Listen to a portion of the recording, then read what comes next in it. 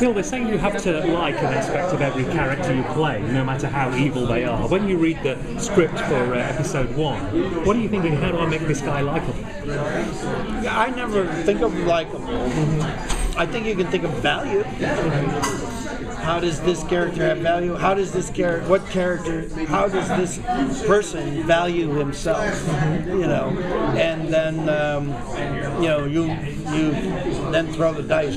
And one follow-up, that wonderful sneer you do, did that take a lot of practicing, or have you ever used that look in real life? Do you see that? This thing that they gave for us to sign? Is this what you're talking about? That's it. That is horrible. I have a mother. She's in heaven now, but she would be very disappointed to see this picture in publicity.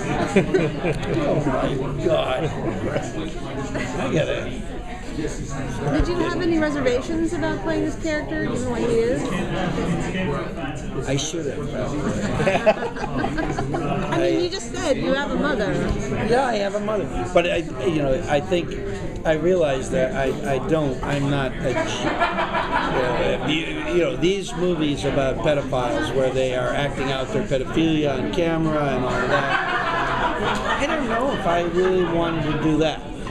The fact that my transgression happened before the camera came out, and then my issues are different. I have all that baggage inside me, so I had to kind of create that inside myself, and I had to, kind of find that place as a condition to begin with. But then I had to kind of realize that I was given a chance to, like a phoenix, rise again, but with baggage. And I like that way in which I always felt that Russell T. Davies was invested in a personal way in Oswald Danes. I knew he wasn't writing something, I can write a bad guy. He's like, I can imagine myself. I've imagined side of myself. I mean, especially like Russell is an incredibly generous person. He's very respectful. He sets this great mood for the set. People who in LA said, who had been working in crews for 30, 40 years said, this is one of the best working conditions I've ever had. And yet at the same time, he's aware of his anger. He's aware of his arrogance in a really interesting way. He owns it in a way, and it sometimes rides him but it's not chronic. It's not.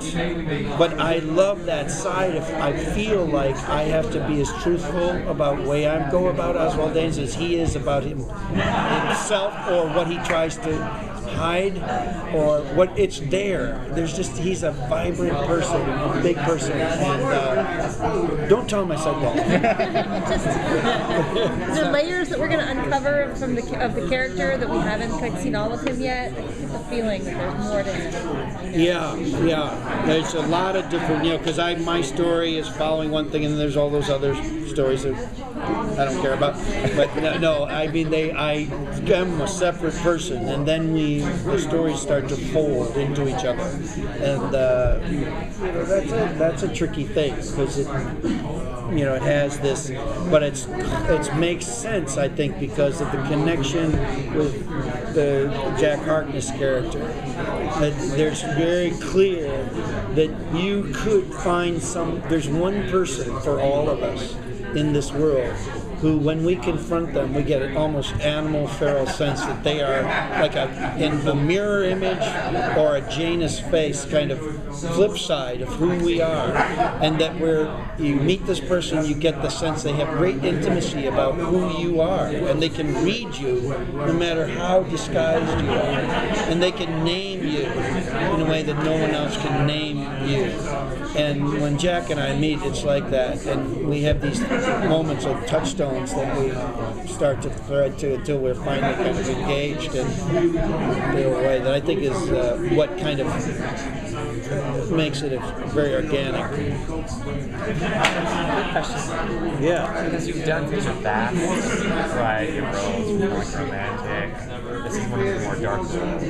How did you find the alchemy of changing from all those past roles into these Dark World? I mean, was it just that the actor consciously chose that you didn't know you could do? Well, whenever you explain the recipe, I guess there's a certain amount of, oh, this food doesn't, I know why this food tastes this way.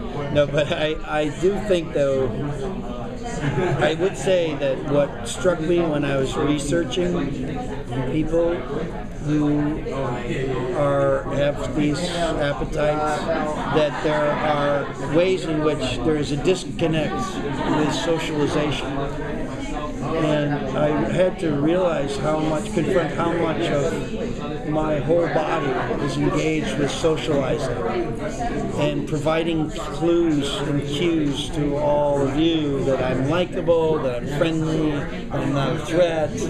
And it's involving every muscle of your face, and with certain people that there's a disconnect with that, and it's not intentional. It's just somehow, and that place is a kind of a curious place to be.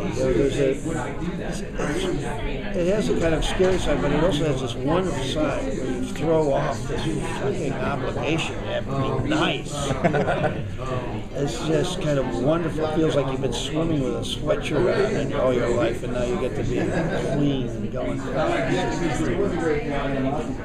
I imagine you've never worked with anyone quite like John Barron. What is your most abiding memory of his flamboyant personality on set?